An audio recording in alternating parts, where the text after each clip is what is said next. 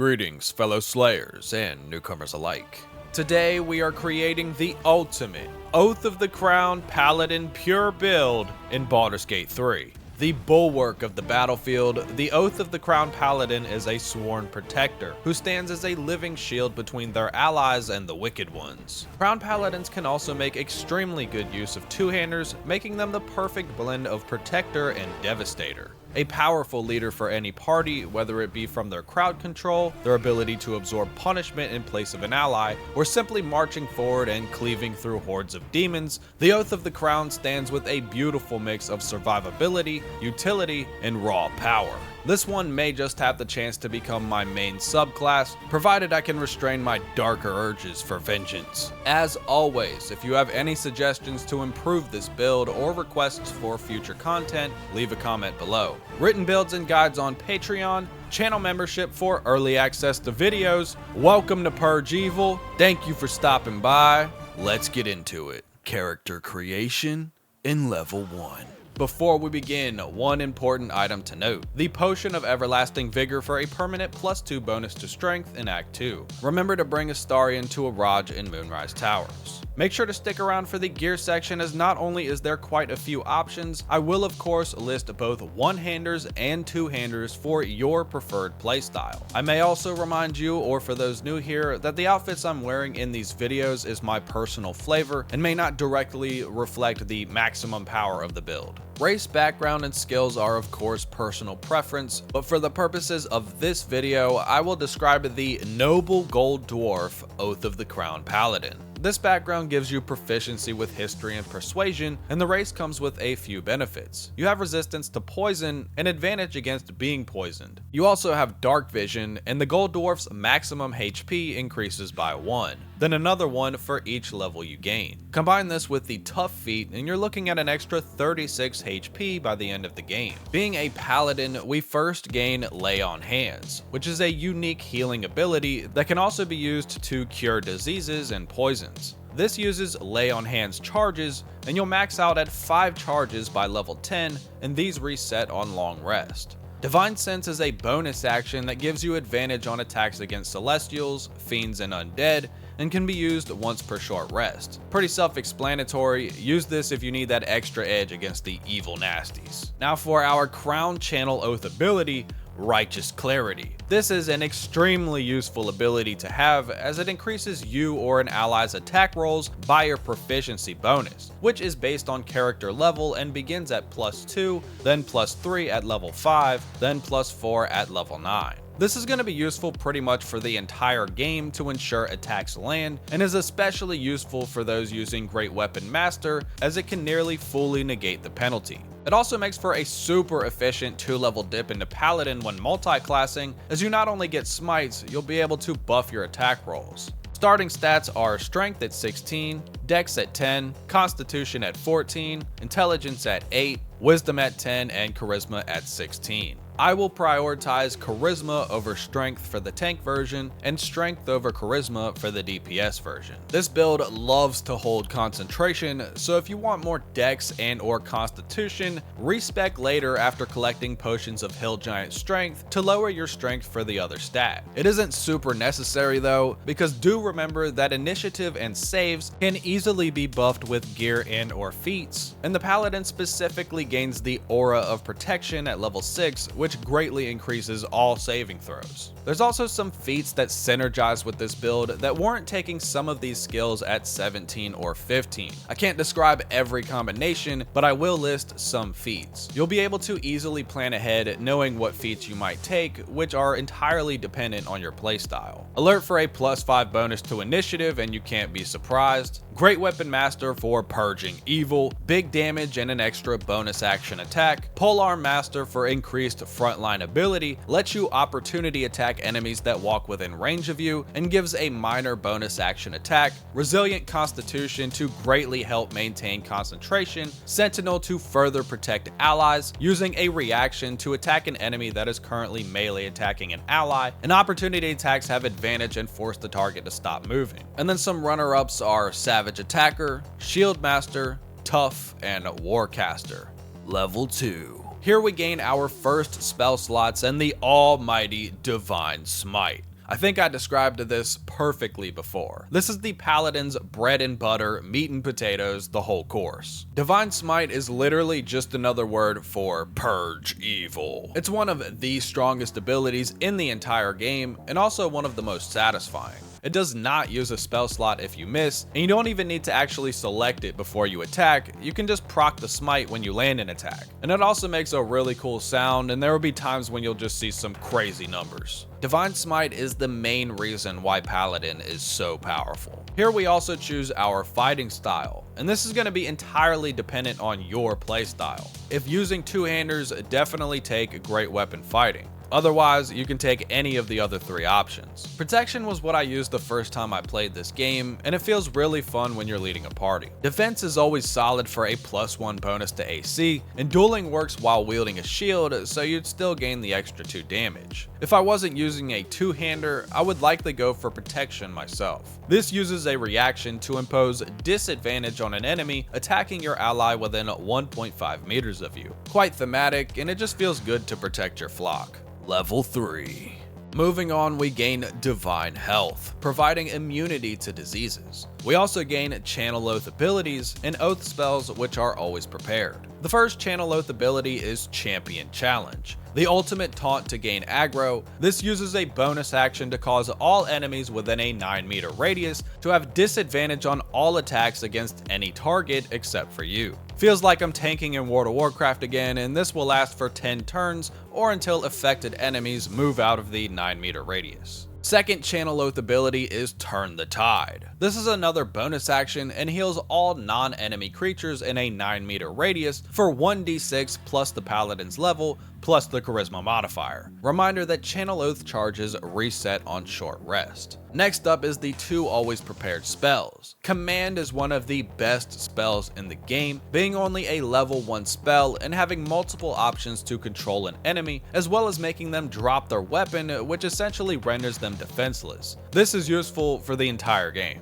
Second is Compelled Duel, which works the same as Champion Challenge, except it only targets a single enemy and only lasts for 3 turns. Level 4. Here we gain a Lay on Hands charge in our first feat. This will be ability improvement to boost strength or charisma by 2. If using a two-hander, go for strength. In my case, I'm building to be the leader and protector of the party, so I will boost my charisma. I've made a million two-handed great weapon master paladins, so I'm taking a break from that with this one. Level 5. Here we gain access to level 2 spells and slots for upcasting Divine Smite, gain extra attack, and 2 more always prepared oath spells. Warding Bond furthers your role as protector. With this, you bind yourself to one of your party members. The bonded ally gains resistance to all forms of damage and gains +1 AC and +1 saving throws. Each time the ally takes damage, so too does the paladin. The damage taken can be further reduced through other means of damage reduction, making Warding Bond one of the most powerful spells in the game to utilize in various situations and builds. Go check out part 1 of my top 5 pure builds video. You can see just how ridiculous this becomes when combined with other abilities in the Abjuration Wizard's Arcane Ward. Next up is Spiritual Weapon, and this might not be the best summon in the game, but it is one of my personal favorites, even though we kind of have a rocky relationship. This can summon a weapon of your choosing, each with their own special attack, and these can deal force damage while also acting as another head for enemies to target instead of your party members. They're immune to psychic and poison damage and have resistance to all other forms of damage. It does have horrendous movement speed, so make sure to cast it in a good location, otherwise you'll just be wasting a crucial spell slot. If we were multi-classing, upcasting Spiritual Weapon increases its damage each level by 1d8 and also adds 8 HP. Level 6. At Paladin 6, we gain the absolutely goated Aura of Protection. This is downright one of the most powerful abilities in the entire game, giving you and allies within 3 meters a massive buff to saving throws equal to the Paladin's Charisma modifier. This is one of the biggest reasons to focus on buffing your Charisma, especially if you're playing as the Protector. Level 7. Next up, we gain Divine Allegiance. This is a reaction that magically substitutes your own health for an ally's. Whenever an ally within 1.5 meters of you takes damage, you can heal them for 2 times your Paladin level HP at the cost of taking 2 times your Paladin level radiant damage. Very thematic, and I think it just feels badass. Level 8. Here we simply gain a feat, and this one is entirely dependent on your playstyle. I will recommend taking ability improvement to boost charisma by 2 to reach 20, or take Great Weapon Master if using a two-hander. You can also take Polearm Master or Sentinel here, or even one of the other suggestions I listed during level 1. Reminder to venture to Moonrise Towers if you haven't done so already, to obtain the Potion of Everlasting Vigor for a permanent +2 bonus to strength. This way, no matter which feats you take, you'll have at least a solid base of 18 strength. Level 9. Moving on to level 9, we unlock level 3 spells and slots for upcasting our smites, and our final 2 always prepared oath spells. First, we gain the absolutely goated and insanely powerful Spirit Guardians. That's it. This is officially my favorite Paladin subclass. This is both an offensive and defensive spell, dealing a huge chunk of damage to enemies around you each turn. You can literally just walk through groups with this, and it just feels so good to have on a Paladin. Easily one of the most satisfying and strongest spells in the game, and the cherry on top to an already really cool subclass. This may just be your best use of concentration. We also gain Crusader's Mantle, which adds 1d4 radiant damage to yours and allies' weapon attacks in a 9-meter radius for 10 turns. This also uses concentration, but I do love the flavor, and buffing allies' attacks can add up to a lot of damage. Level 10. Here we gain our final Lay on Hands charge and the Aura of Courage, which simply prevents you and allies from being frightened within 3 meters. It may not happen often, but when it does, this condition is horrible, so this aura is quite nice to have. Level 11.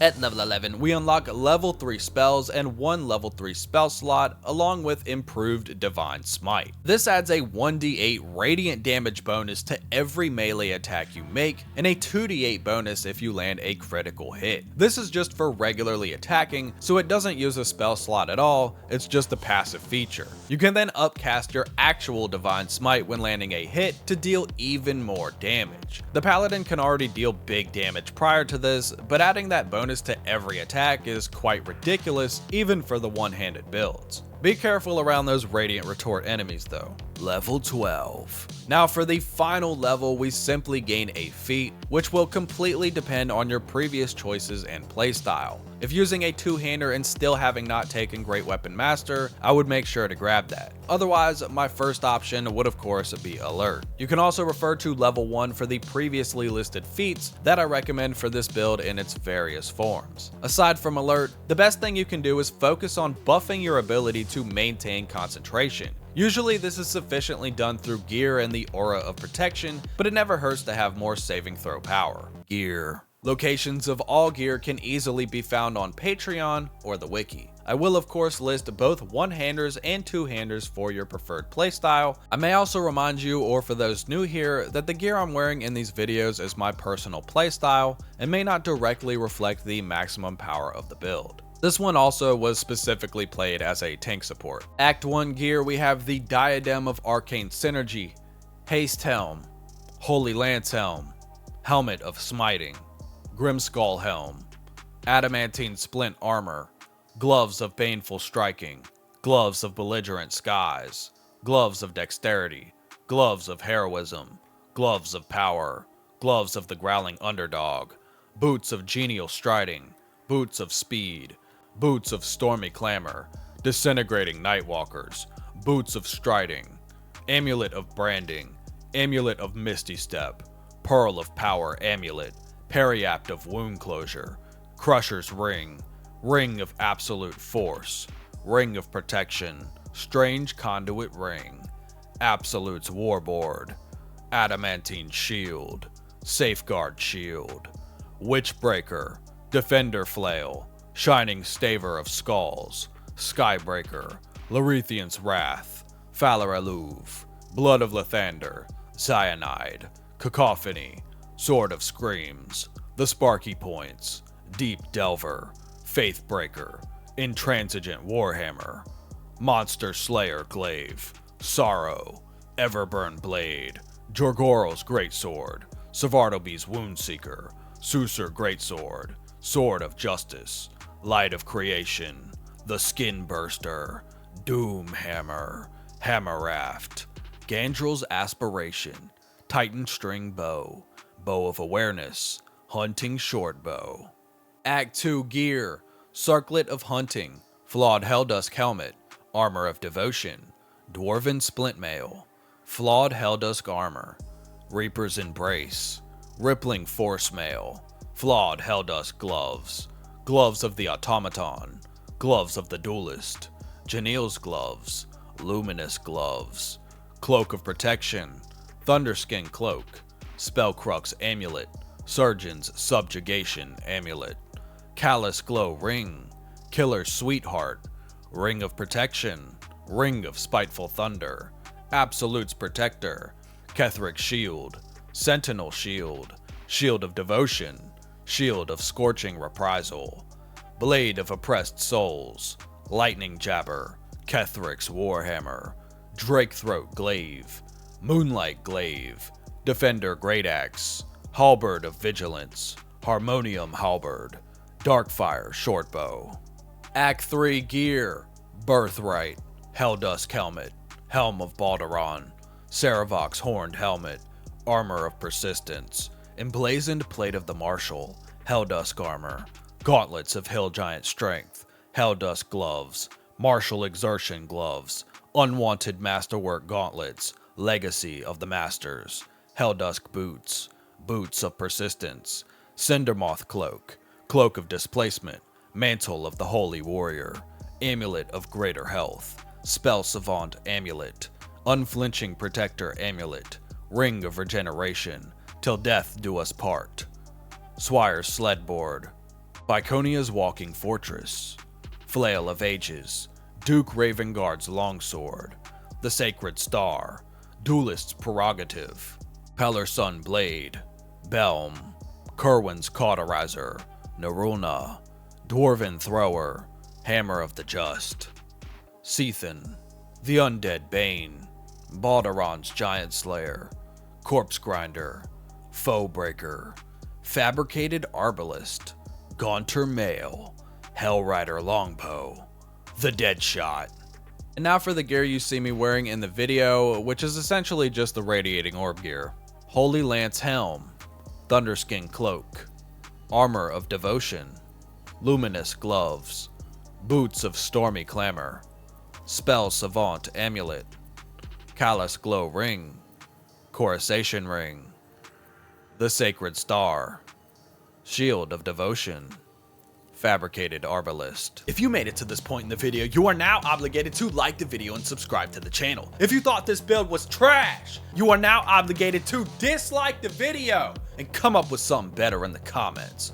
Both of you are now obligated to ring the bell so as to not miss out on future content. Written builds and guides are available on Patreon, and by supporting you not only help keep the channel alive, you directly support my dreams of game dev to hopefully make some of the best games ever created. That is truly the end goal, and I'm deeply thankful for each and every one of you. You can also support with channel memberships for early access to videos, and the Discord is linked below if you want to connect. Thank you all for watching, and until next time, Purge evil. Oh, yeah, crown in my palm, but I ain't put it on. Yeah, crown in my palm, but I ain't put it on. Yeah, crown in my palm, but I ain't put it on. Yeah, crown in my palm, but I ain't put it on. Yeah.